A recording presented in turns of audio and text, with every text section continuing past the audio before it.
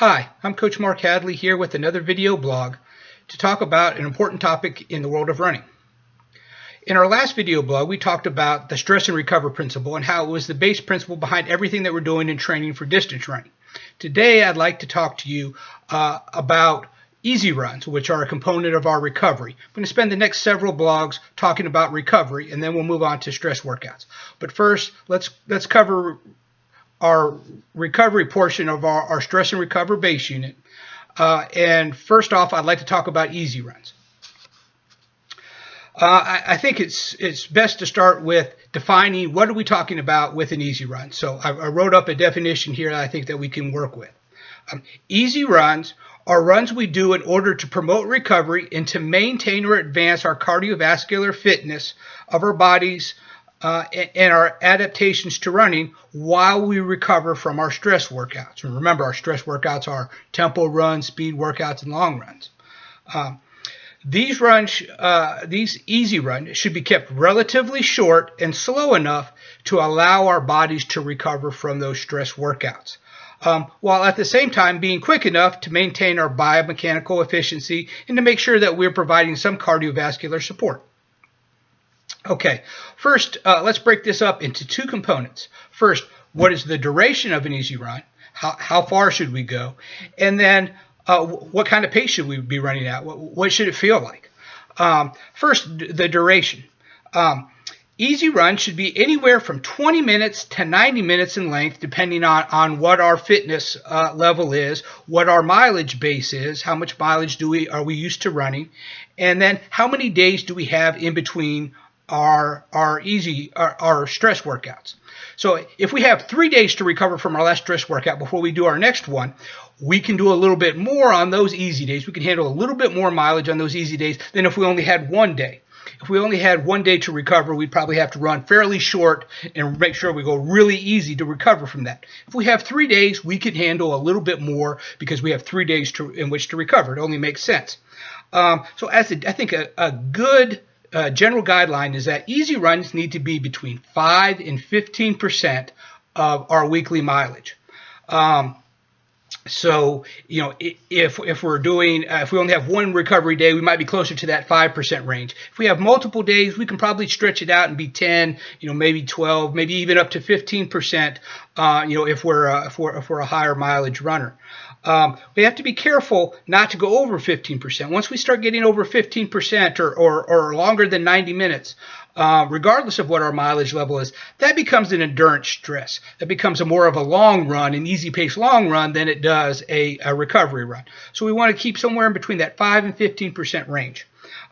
This is where, if you have a coach, your coach will give you guidance there on, to keep you in that range. Make sure you're not going too far. The more, like I said before, the more time you have between stress workouts, the little bit more duration you can handle. A little bit longer your easy runs can be. The less time you have, the shorter they need to be in order to make sure that you recover. Because remember, in our stress and recover principle, we stress and then we recover. And we're not going to get the benefit of that stress until we've recovered. So we have to ensure that we're recovering on our recovery days. And often that includes our easy runs. That's what our easy runs are for, is to help us recover from our stress workouts while maintaining our cardiovascular fitness and even advancing our cardiovascular fitness. So that's a little bit about duration. Now let's get to the hot topic that everyone's talking about and is somewhat controversial in the world of running, is that what should our easy runs look like as far as pace goes? So I think we should need to take a look at that in sort of 3 different components, because people go about judging runs in different ways. Some people go by feel, some people go by heart rate, some people go by pace. So I've come up with some guidelines for us on all 3 of those. First, let's talk about feel. Easy run should be comfortable and relaxed.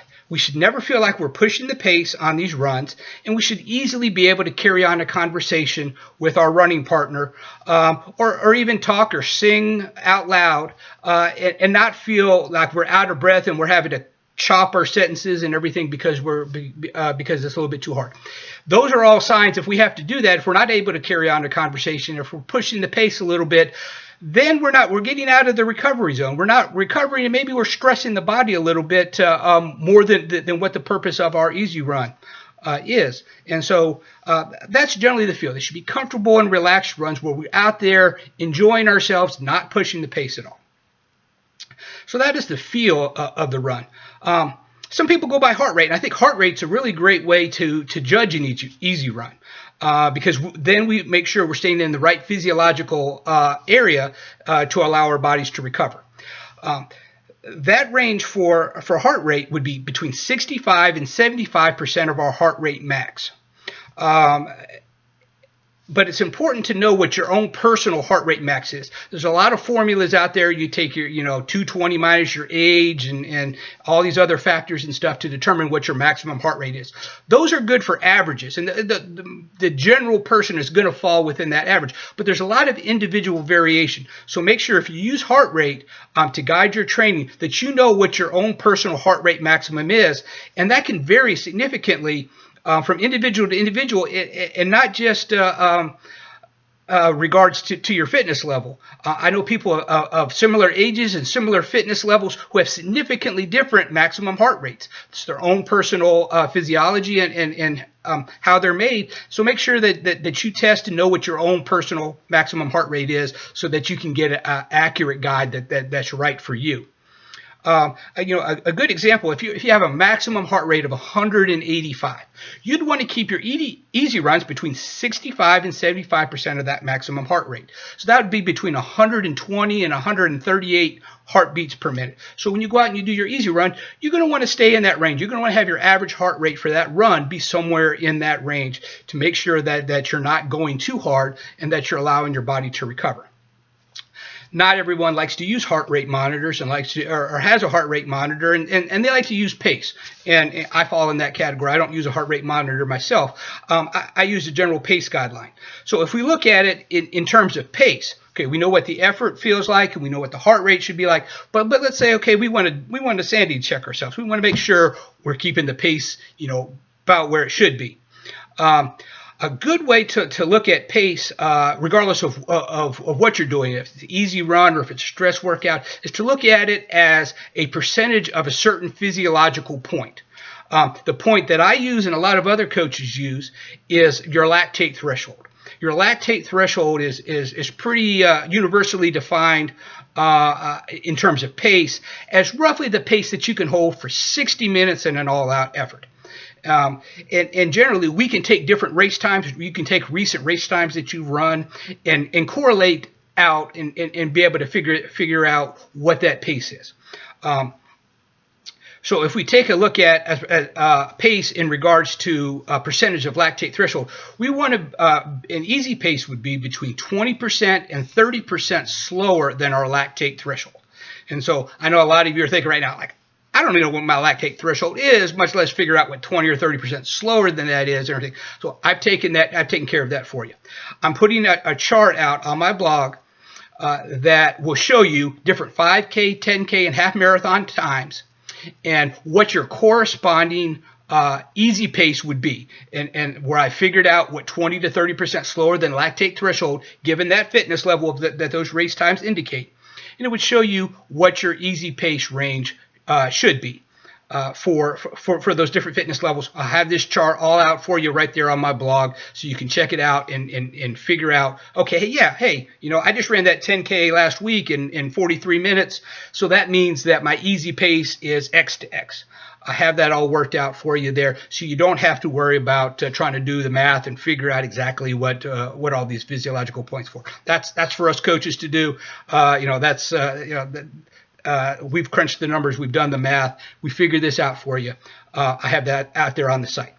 So now you know what the easy run should feel like, what the general heart rate range would be, and then what the general pace range would be. So that regardless of how you like to do it, if you like to run watchless on your easy days, that's fine. Just follow this feel. Make sure you're staying in that range in the feel. If you like to use heart rate, hey, great, we have that for you. If you like to use pace, we have that for you. Okay, so I've come up with these ranges and stuff for some guidelines on easy runs. So let's sanity check that. Okay, it's like this is what I've come up with. This is what I feel, what my 30 some years of experience in running has taught me, and what I know of the physiology. These are the guidelines I've come up with. Let's sanity check that and compare that with what some other well-known coaches and researchers out there have come up with. First, let's take Jack Daniels, for example. He's got a great book out there, done tons of research over the years. Take a look in his book, Daniels Running Formula. He comes up with an easy pace range based on these different times. His easy pace range falls right in the middle of my range, by easy pace range. I believe how he's doing it is he's calculating about 70% of maximum heart rate is his pace. But if you look at his easy pace range and you look at my, he gives a specific easy pace number and I give a range. His number falls right in the middle of my range. So we're on the same page there. So we're in agreement on that goes. And so then another one, Greg McMillan, he's got a running calculator out there that's real possible. Greg breaks it up a little bit differently. I think he does easy and recovery ranges. It's all for this recovery portion of our stress and recover cycle. His ranges are slightly bigger than what mine are. Where Jack Daniels has a single point, I have a range, and McMillan has even a bigger range. His bigger range includes my range. So that we're in agreement as far as that goes. So it's good to sanity check whenever you have some type of principle. What are different people saying and stuff like that? Greg and Jack are very well respected in the running community. They come up with their way of coming up with these numbers. I've come up with my way. I think we're all working along the same physiological points, and we're all in general agreement. So you have a good idea that yeah, this is the general range that you should be looking at for your easy runs. Okay, first let's talk let's talk a little bit about some of the pitfalls. What do we see? Some of the problems that we see out there with easy runs. One of the things that we see, probably the number one pitfall, I think multiple coaches have said this, and I agree with them, that the number one pitfall in an easy run is running too fast. A lot of people push the pace a little bit. They want to improve. An easy run is a pace where they can run faster, where they're physiologically capable of running faster. So they push the pace a little bit on the easy run and try to improve. It's important to realize that the faster you get, the faster your easy runs will be, but you don't get fitter. You don't get faster by running your easy runs faster. So you need to make sure you keep in mind that they are what we're trying to do. We're trying to recover on these runs. And so that it's important that we keep our easy runs easy and that we don't push the pace on this. We don't try to run faster in the range. You're not going to get a minute faster in your 5K by pushing your easy runs. You're going to get a minute faster in your 5Ks by doing your stress workouts better. And the faster you get those, the faster that'll make your easy runs. But you're not going to get fitter by running your easy runs faster. So make sure that you are taking it easy on your easy days, following these guidelines, and allowing yourself to recover so that you can attack and run your stress workouts faster. I think it's important that you just remember what the purpose of this run is. The purpose is to recover. It is not to run faster. It is to recover from your stress workout. I think that's the main pitfall. The other pitfall we see is sort of the opposite end of the spectrum, and that's running too slow. Those are people what I call do slogging. They basically just a slow jog, and they're just barely moving along and stuff. And there's some problems with that as well. One problem with that is we're not getting up to a heart rate, a percentage of maximum heart rate that's high enough to really have any cardiovascular benefit to us. If we're down below 60 or 65% of our maximum heart rate, we're really having very little cardiovascular benefit to ourselves. Additionally, our biomechanics start to break down. Once we get slower than about 30% slower than lactate threshold or below 65% of maximum heart rate, at those paces, our biomechanics are starting to break down, and now we're starting to teach our body bad biomechanical habits. Now think about it. We're doing the majority of our weekly mileage in these easy runs. In total, they make up the majority of the mileage that we're doing. If we're running them biomechanically inefficient, we're just slogging through them and stuff like that, we're teaching our body a lot of bad habits that are going to be hard for us to overcome when we do try to run fast. So we want to make sure that we're recovering, but at the same time we're staying biomechanically efficient and we're doing it quick enough that we're getting some cardiovascular benefit from it. So that's you don't see that quite as often. Generally people try to run too fast rather than try to run too slow, but on occasion that's something that you need to be aware of, is you don't want to make sure that you are going way too slow because you can your body can start to break down biomechanically and you're not getting any cardiovascular benefit from the runs that you're doing.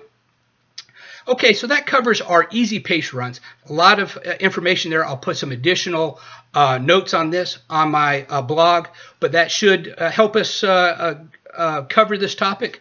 Happy to answer any questions you have. I'm available at coach@mprunning.com if you have any follow-up questions on this, or post a comment there on the blog site, and I'll try to get to it and answer any questions I can.